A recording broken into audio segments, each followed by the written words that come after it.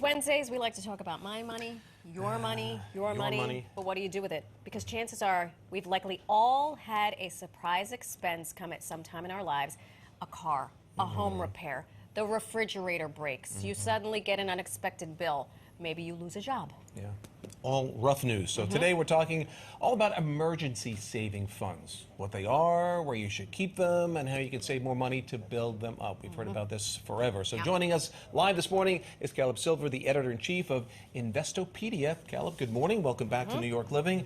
This is something we always hear people talk about. You should have your emergency fund. But how do we go about doing that? Absolutely. And how big should it be? Great question. And really this comes down to being the CEO of your own life. And as a CEO, you have to know inventory. You have to know what's coming, what's going out. You have to know what you might need in case you need a month, 3 months, 6 months of emergency savings. We say 3 to 6 months. If we're going into an economic slowdown, you'd like to make that at like 6 months if you can. Not everybody can do that, but you can start small and you got to get started soon.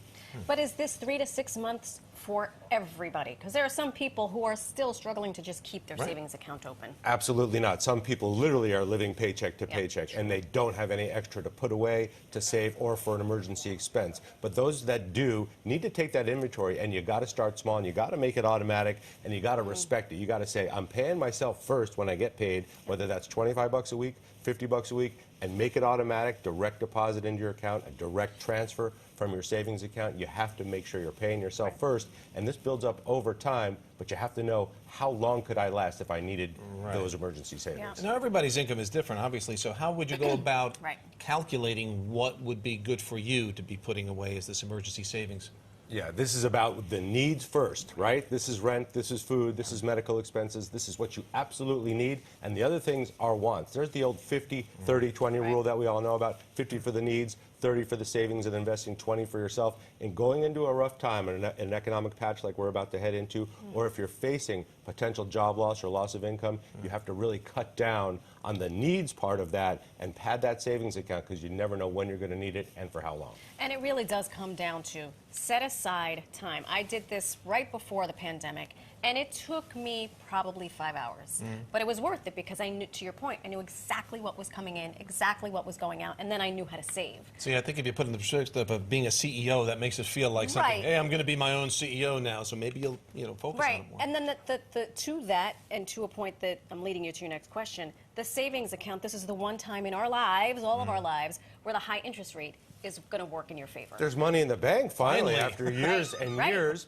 Walk across the street, you're going to see certificates of deposit being offered for 3.5%, 4%, money markets accounts at 4%, high yield savings accounts at 3.5%, 4%. So if your money is sitting in the savings account you've had for 15, 20 years, earning no interest, then you got to think about moving that to another high yield savings account if you can. If you have money in various accounts, consolidate to a higher yielding savings account right now. So there's lots of ways to make money on your money if you're saving it. But if you need that emergency savings, make sure you can access it quickly. That's what that means you don't want it in a CD that you can't get for 12 months. So you got to be very thoughtful and be very careful about what you do with your money. But this is all about what does it cost to be you and what would it cost to be you if you lost your income for a couple of months or 6 months. But there are more flexible products, it seems, out there that are more like direct, typical savings account with a higher interest rate now. So you're not always locking your money up into a CD or something like that. Absolutely. The high yield savings accounts, the savings accounts they're offering at banks around the country, even at credit unions, they are yielding 3.5% to 4% right now. Not keeping up with inflation quite yet, but at least you're not losing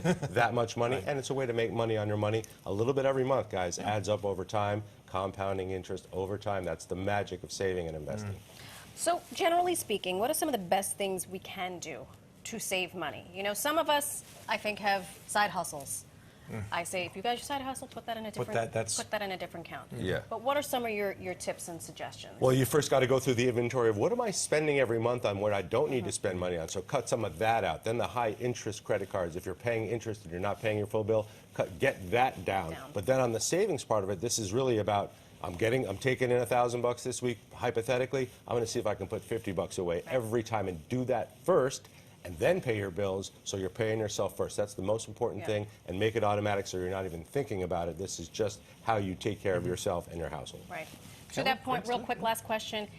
I know a lot of folks will have a credit card that will give you cash back if you buy gas, or cash back if you go to this grocery store. Talk to us about that real quick. Great point. Those rewards cards are very important, especially the cashbacks are the ones that allow you to accumulate savings or cash to put against groceries. So those are good ways to operate in terms of your expenses, so you can get a little bit back with that. But the savings part of it, this is about discipline, and this is about knowing what you need. And again, what does it cost to be you? What does it cost to be the you want to be? Really important questions when it comes to saving.